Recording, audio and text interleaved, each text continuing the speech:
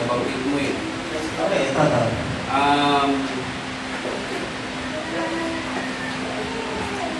Nasuri mo na ba yung lahat ng aral ni Romano? Ito po, yung aral ni Bernam. Ako'y patuloy pang nagsusuri sa internet. Sa katwid, hindi mo nasuri lahat? Hindi pa, pero ako'y patuloy na nagsusuri. So, tama ba na hatulan mo yung isang tao na hindi mo pa nasuri yung buo niyang kasulatan? Ito, hindi pa sa inyo to? Hindi pa sa inyo to? Sa inyo ito, 8 times to. Hindi patunayan mo nga ngayon na mali ito. Sagutin mo lang. Hinahatulan ko, ayaw dito sa nabasa ko. Sagutin mo lang ako ng direct. Tama, kasi ito yung nabasa ko sa 8 times website niyo. Ang tanong ko, tama ba na... Tama, kasi ito yung nabasa sa website ninyo. Yun ang sagot ko. Sige. Okay. Wala na? Oo, wala na. Ako na lang mag-alin. Okay, wala ka ng because. Wala na, di ba? Tanong lang. Because 10 minutes yan. Yun lang. Ako na mag-present. 15 minutes.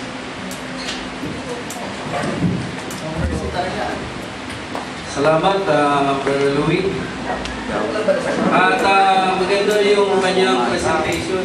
At sinulat ko naman yung talata niya na ang tunay ng Kristiyano ay mayroong nagtataglay ng tamang aral. Amen. Amen. Tama yun eh, kasi yun ay tanda ng isang tunay ng Kristiyano. Ngayon, paano natin mapatunayan sa Biblia ang tunay na Kristiyano? Ang tunay na Kristiyano ay meron pong patutuo sa Diyos. Diyos Ama mismo ang nagpatutuo. Okay? Merong testimony ang Diyos at merong testimony ang Kristo. So, ang totoong Kristiyano ay nakatayo yan sa tunay na aral. Amen? So, sundan niyo ako sa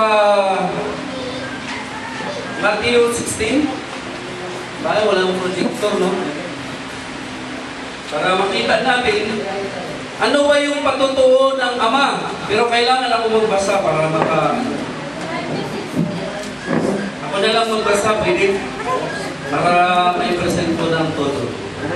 So, ang totoong Kristiyano, ang totoong batayan ng tunay ni Kristiyano, sabi kay Brother Louie, mayroong tamang aral. Wala ko na yung problema doon. Tama. At ano ang aral na taglay-taglay ng unang Kristiyano? Mayroong patutuo galing sa Diyos.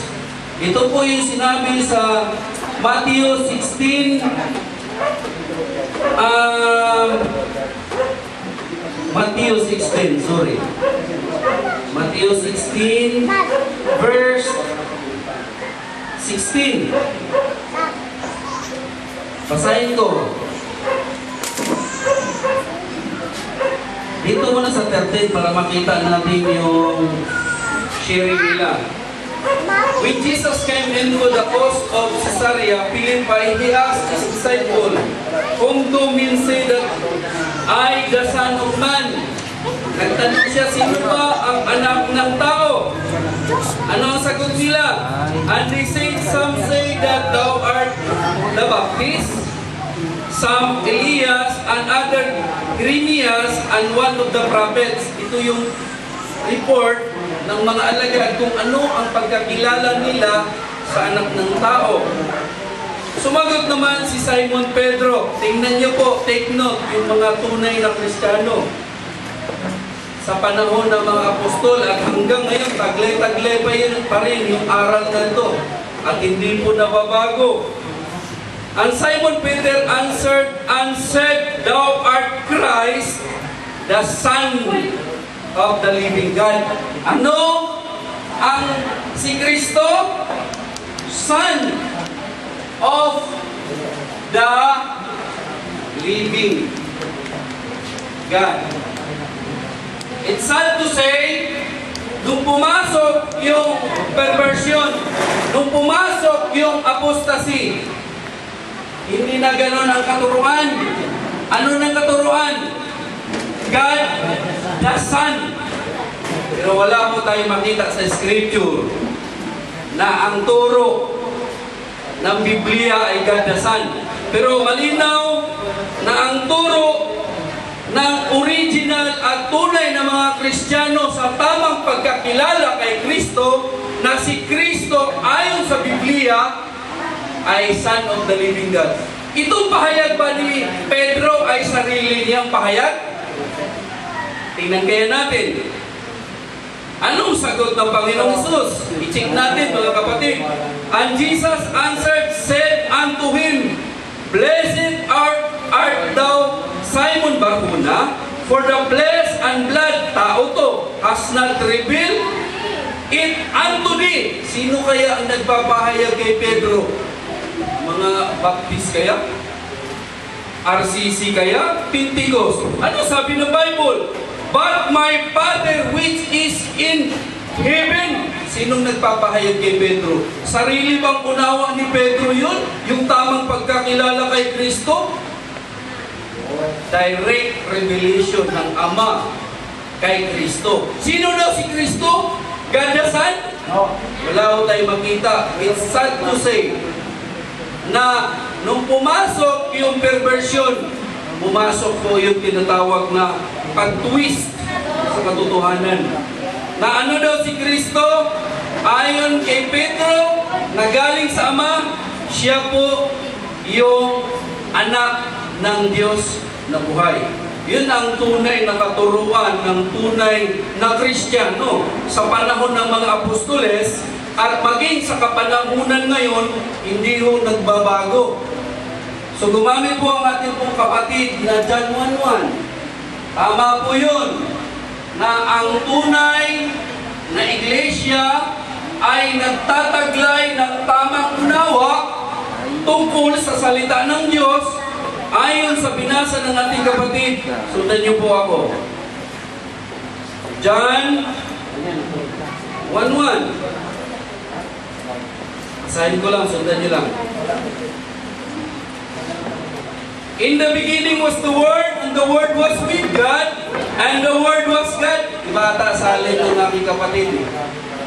Pero, take note, and the Word in the beginning. Take note from the word beginning. Beginning. Tama ba yun? Beginning. In the beginning was the Word, and the Word was with God, and the Word was God. Apply ba sa Diyos na mayroong beginning? No. Sabi ng Bible sa Psalms 90 verse 2, ang Diyos ay walang pasimula, at ang Diyos ay walang katapusan. So kung i-apply mo yan sa kadyusan, parang marami pa tayong pagsusuri. Isa pa, sa John 1:14, sa verse 14, ito yung hindi nakita ng marami. Sana makita ng aking kapatid yung pinipresent ko, no? Sa John 1:14, and the Word was made. Ito hindi nakita ng marami. And the Word, wala na, Francis, hindi. And the Word was made flesh. From the word made, ginumay in Greek. May gumawa, wala. And the Word was made flesh. Kaya challenge ko sa Facebook, ipatunay ninyo na ang Diyos ay nagkatawang tao. Ibinira ako sa John 1:14. Pinaliwanag ko sa kanila, wala nang sumagot. Dahil malinaw sa statement, Brother Louie, ayon sa Biblia, ang pangungusap ng Biblia, and the Word was made flesh. Hindi po sinabi, and God was made flesh. So, paliwanag natin. Made. May gumawa sa Word. Yung Word, ginawa ng Diyos na tao. Yan po ang sinabi ng Bible. Yan po yung mga tunay na Kristiyano na nagtataglay ng aral mula sa Ama, ibinigay sa kanyang anak, at ito'y ipinagpapatuloy ng mga apostoles. Pumasok yung perversion. So, tuloy ko. Okay. At ang tunay na Kristiyano nagtataglay ng tamang aral patungkol sa nag-iisang Diyos. Siguro, hindi ako magtatanong sa Baptist. Hindi ako magtatanong sa Pentecostal. Ang tanungin ko, si Jesus Christ. Tanungin ko ang Panginoon. Panginoong Hesus Kristo, ilan ba ang Diyos? Kaya kayong sagutin ni Jesus Christ yan? Hindi kayo ang tinatanong ko. Ang tinatanong ko, si Jesus Christ. Panginoong Hesus, ikaw ay sinugo ng Ama. Ilan ba talaga ang Diyos? Anong sagot ng Panginoon? Sundan niyo ako sa John 17:3. Okay? John 17:3. Basa. Tingnan natin. Ang Panginoong Hesus ay sasagot sa pamamagitan ng Biblia. Okay? Okay. Salamat, Brother Will. Umpisan ko muna sa verse 1. And the words speak, these words speak, Jesus, and lifted up his eyes to heaven and said, Father, the hour is come, glorify thy Son, that thy Son may be glorified thee. Verse 3, and this is life eternal, that they might know thee, the only true God. Pag sinabi bang only, pwede ba siya maging tatlo? Pwede ba siya maging dalawa? Maganda lang po na. Siguro, ako hindi man ako nakapagtapos ng Bible school at hindi rin ako masyado sa first year college lang ako mga kapatid. Pero sa salitang only, malinaw. Ngayon, ang sabi ng Bible, 2 or 3 ay nagpapatuto must be established. Amen. Ano kaya ang turo ng mga apostol? Tanungin naman natin si Pablo. Kanina, tinatanong natin si Jesus Christ kung ilan ang Diyos. Ang sabi ng Panginoong Hesus Kristo, there is only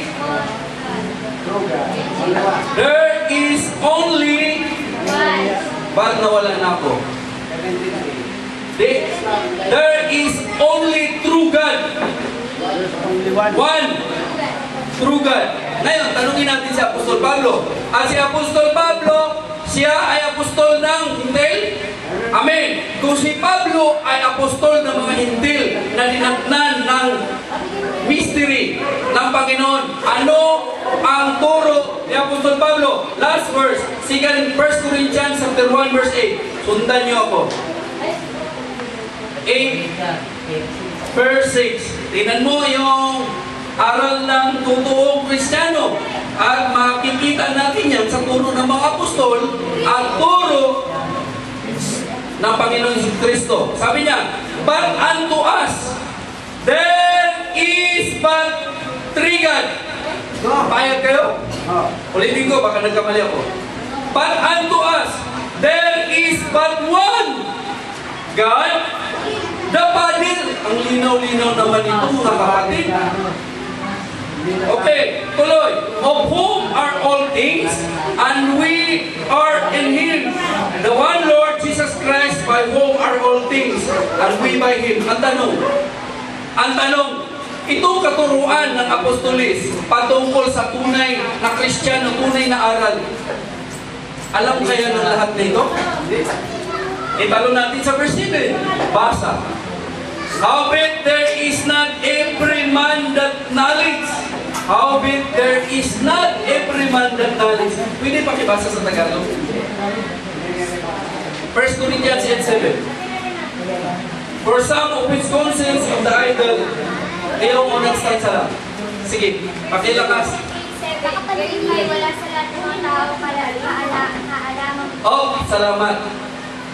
Wala sa lahat ng taong kaalamang iyan na ano? Na there is only one God, the Father. And there is only one who sent from God, that is Jesus Christ. Hindi si Brother Branham. Mali yan siya ito. Si Brother Branham, yung kanyang nalikom sa panahon ng Africa, ginawa na nilang Kristo. Si Brother Branham, at merong nagpabautismo sa pangalan ni Branham. At hindi yan sinasangayunan ng ating pong kapatid. Mali yun. Kaya sabi ko, nabasa mo na ba lahat? Yan. Hindi naman daw. Tama ba na maghatol ka ng isang tao, hindi mo nabasa yung kabuuan? Ang tunay na hubog, ang tunay at patas na nagmamahal sa salita ng Diyos, para patunayan mo ang tao at mali, buuin mo muna, kapatid. Huwag disqualify ka. So, yun lang, Brother Bilan.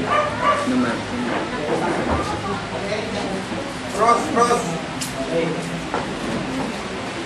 At tapos, Una ko pong tanong, kapatid, sabi mo kanina, after ng apostasy, nagkaroon ng perversion of the gospel, wala nang nagtuturo na si Kristo ay Son of God. Kaya ang tanong ko po, may katibayan ka ba na ang Christian Reformed Church hindi nagtuturo na si Kristo ay Son of God? Sabi ko kanina, after apostasy, yung turo na Son of the Living God, pinalitan. Hindi, ang tanong ko po ganito, Mr. Moderator, categorical. May katibayan ka ba na ang Christian Reformed Church ay hindi nagtuturo na si Kristo ay Son of God? isa doon lang ng kategorya. Categorical.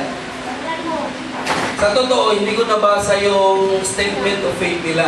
Okay, hindi nga, pero may nagtuturo ba kami na si Kristo ay hindi na Son of God? Kaya nga, hindi ko pa nga alam ng turo nila. Hindi ko nabasa eh. Kaya, Ang sagot, hindi alam. Okay, hindi niya alam. Okay, susunod na tanong. May aral ba kami na ang tunay na Diyos ay tatlo? May aral po ba kami na ang tunay na Diyos ay tatlo? Tatlong tunay na Diyos. May aral ba kami? ito direct, kung ang umayo ka sa aral ng Trinity, tatlong Diyos yun. Ang Diyos si Kristo. Teka lang, ang tanong ko, may aral ba kami na tatlo ang Diyos? May aral ba ang Christian Reformed Church na tatlo ang Diyos? Ito ang gusto na May aral ba kami? Hindi ko pa na alam yung aral nyo. So, hindi pa Pero alam. directly, ito dalawa. Okay. Kung ang katayuan mo ay Trinitarian, tatlong Diyos, kaya ko patunayan yan. So may patotoo ka ba na ang doctrine of Trinity, tinitindigan nila yung talagang statement of faith ng doctrine of Trinity, na naniniwala ang Trinitarian na tatlo ang Diyos? May katunayan ka ba? Galing ako sa aral ng Trinitarian, kaya isa akong buhay na patotoo na ang aral ng Trinitarian ay Diyos Ama, Diyos Anak, Diyos Espiritu Santo, in one God. Yun, one God! One God! Okay. Sasagutin pa niya. Sige, one God. Okay. Ito pa, Sige. ano nyo po? Ah, Ang katuruan na tanggap ko, one God in One plurality, God the Father, equal to the Son, okay. and of course, equal. So, yung binabanggit mo, one God ba o three God? Yung binanggit mo kanina. Sinabi ko na, one God, One God, in okay. plurality form. Yun bang binabanggit na salitang isa sa John chapter 17 verse 3? Ano ba yun? Echad o Yahad sa Hebrew? It's a one ba, di ba? Yun, Echad. It's So ano, magkaiba ba ang Echad sa Yahad? Magkaiba ba yung Echad sa Yahad? Yahad, hindi ko familiar, pero yung Itzad, alam ko, one God lang. Yun. Pag sinabi bang Echad, isang-isa lang ba? Ayon sa Bible, malinaw, ayon kay Kristo at sa mga apostol, that there is only one God. Okay, sige. Noon bang sinabi ni Kristo na kung papaano sila tayo'y isa, sila din naman ay isa? Isa lang ba yun? Magandang tanong yan, brother. Isa lang ba yun? Yun, yan ang sinabi. Kung paano tayo ay isa at tayo ay magiging Isa, okay. Isa lang ba yun? Isang persona lang ba yun? Yung pagiging isa ni Jesus Christ at Ama, hindi bilang isang Diyos. Ang turo ng apostol, maging ang Panginoong Hesus Kristo, kayang patunayan sa Biblia. Yung pagiging isa ng Ama at ng Anak, yung Ama ay tumahan sa Anak. Okay. Kung paano sila ay iisa gayon din ang mga disipulo at ang maging darating pa na disipulo, magiging isa. Yun, kaya nga, ito Mr. Moderator, ang tanong ko, iisa lang ba ang bilang ng persona pag sinabi ba, nung sinabi ba ni Cristo na kung paano tayo isa, sila din naman ay magiging isa? Isa lang ba sa bilang yon?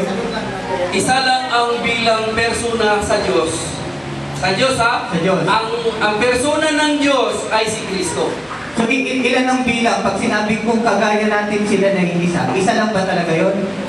Yung salitang natin, kung paano sila, tayo natin sila ay isa. So, Ganun.